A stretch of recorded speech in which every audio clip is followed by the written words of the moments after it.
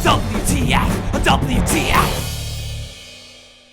Yes, it is the miraculous debut of Little Ross Twaddell. Those bastards, they took his gimmick as well. I am Ross from Cultaholic.com. You are my sexual wank pheasants, and welcome to all of the WTF moments from a very Eric Rowan episode of SmackDown Live. It was bang average, and not much happens. Now, of course, I haven't seen the Greatest Royal Rumble all the way through yet, but I heard this happen, and of course it happened because Shane McMahon just cannot help himself, can he? The self-centered bastard. Forget about the Greatest Royal Rumble being a historic first-time ever event. Forget about Braun Strowman's win, forget about the big dog controversy, and forget about Titus O'Neil doing his best JBL Elimination 2017 impression. Of course, SmackDown Live, that horrible documentary of the life and pointless times of Colonel McSweaty Bowles himself, started with that moment there, because that's the most important thing to ever happen in the history of the world. Guess how this one ends? Of course, Shane McMahon overcomes the odds and once again proves that he is the single best professional wrestler on the planet Earth today. Yawn, mother bleeping yawn. She didn't do it. Why didn't she do it? As Titus O'Neil will tell you, when you make a massive old tit of yourself, and this one wasn't really Paige's fault, it was down to Dodge Yennett, and of course, you make a big deal of it, you get a t-shirt, and you count those many zeros on those many ducats down at the Travis Banks. Paigey Wagey, next week,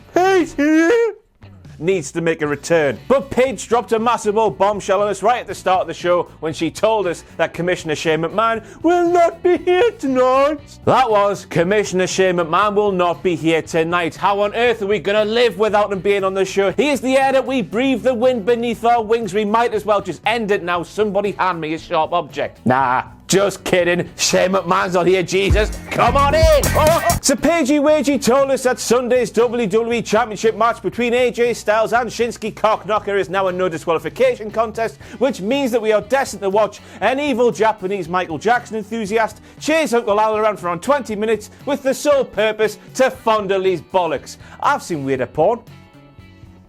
Roman is mom's spaghetti? What do you mean? Bloody delicious? Because you're right there, pal. I always get lost in those blue-brown eyes. But as recent WWE history has told us, the big dog also chokes all the time, although I doubt that he's sick into toilets because, of course, he is a dog, which means he drinks out of them.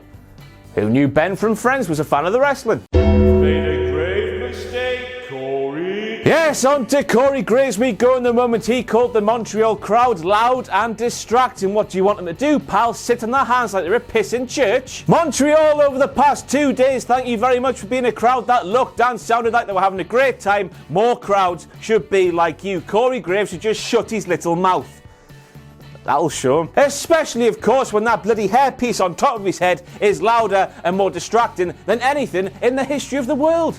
Not an exaggeration. I have no idea where to start with this. First of all, there's an arrow pointing down towards a man and an arrow pointing to his left, pointing towards another man. No matter what you saw at Money in the Bank 2017, you cannot be a future, I guess, WWE diva if you have a cock. And secondly, diva, dirty word, pal. Aspire to be more. Biggie lathering his tits in oil. Biggie lathering his tits in oil. Biggie lathering his...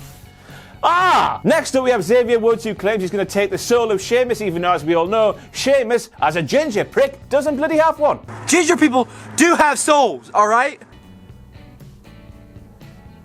Now on the Cultaholic Wrestling Podcast, available every single Friday on YouTube, on SoundCloud and on iTunes, we have coined the term the Brother Love Pop after Brucey Woosey got a massive reaction at Raw 25 when he probably shouldn't have. Now I think after last night's SmackDown Live we need to scrap that term and call massive loud noises from wrestling crowds a Lana Pop, because the one that she got, in the words of the most powerful man on earth, was huge. And sticking with Lana, we all know that her Russian accent can be a bit patchy at times, but towards the end of her little speech last night, she completely forgot where she was. Lana, pal, just speak like a meerkat. What's he talking about, the madman? Big ass. And sticking with big ass, he claims that when you think of a WWE superstar, we don't think of people like us. I mean, the ginger memes here, we've got Big Cass saying things like that. When the piss did I end up in 2008? And sticking with big ass, he then claims that a real WWE superstar is 7 feet tall, even though there's only been in the history of the entire company 7 men who have been 7 foot or above. So that's wrong. And then Big Cass goes on to claim that a real WWE superstar has super strength. Oh, super strength!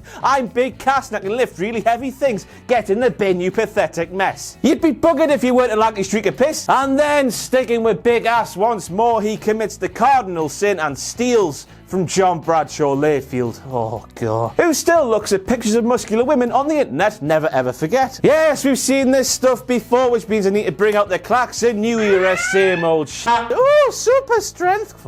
And sticking with Big Ass once more, then came the short puns, and bloody hell, pal, you are really boring. All I could think about while Big Ass was taking the piss out of us average-sized people and the impersonator of Daniel Bryan in the ring was that Andre the Giant documentary and how Andre could not travel in comfort because he was so big. So sucks to be you, doesn't it, Big Ass? You're living in a world that wasn't even built for you. Everything's too small. I hope you suffer.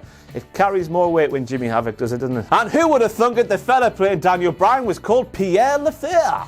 As the French would say. Peter Lefebvre? That's somehow drugs he must have been suckling on since he won that dodgeball tournament. He shrunk 1.5 feet. Danger, danger, danger. We have Alan Styles pointing out that Shinsuke Cockknocker is interested in the wrong kind of jewels. He means his William balls. Of course, it's dangerous territory considering AJ Styles past WWE. Whatever you do, do not let that man near a radio interview before or after or ever.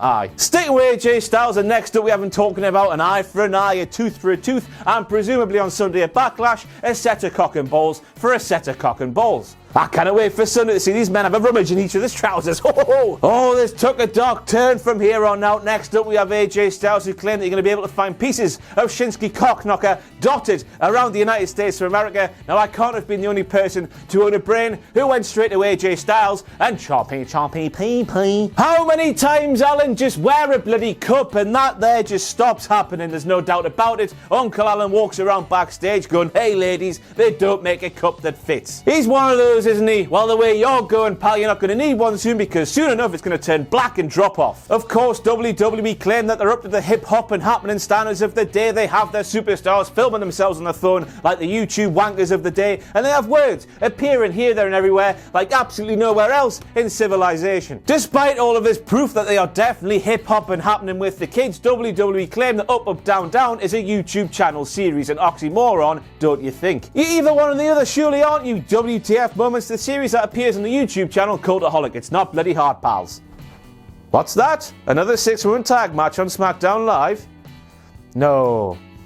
Made a grave mistake, Corey. Charlotte's lost her step. What the hell are you smoking, pal? I'm not even going to dignify that call by discussing it further. What a load of nonsense, Corey. In the bin you go. Alan, it's clear for all to see now that Shinsuke Cockknocker has hit AJ Styles' bollocks so hard and so often that the last time he did it, last night on SmackDown Live, they've split and produced a bloody clone. And that is it for all of your WTF moments from this week's SmackDown Live. I've been Ross from Cultaholic.com. Thank you once again for being a sexual wank pheasant. If you want to follow me on the Twitter machine, you can follow me at Ross on Wrestling. If you love what we do here at Cultaholic.com, you can head over to our Patreon page, patreon.com/Cultaholic. There's all sorts of lovely things, and it'll be greatly appreciated and retitivated back into the company to make more of the content for your viewing pleasure. But most importantly of all, do not forget to join us in every form of social media, apart from US airmail.